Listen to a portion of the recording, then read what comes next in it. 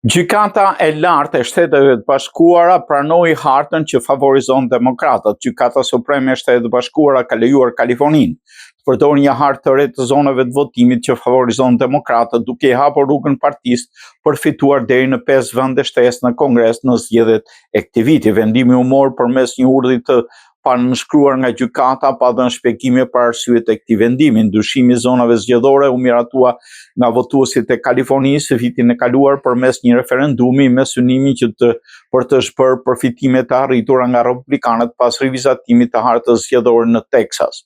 Çdo zonë zgjedhore zgjedh një përfaqësues në dhomën e përfaqësuesve të Shteteve të Bashkuara. Vendimi vjen në një moment ku në skren politika amerikane, ndërsa Partia Republikane përpiqet të ruajë shumicën e saj të ngushtë në dhomën e përfaqësuesve përpara zgjedhjeve të mesit të mandatit nëntor, historikisht partia që mban presidencën shpesh humbet vende në këto zgjedhje kongresionale.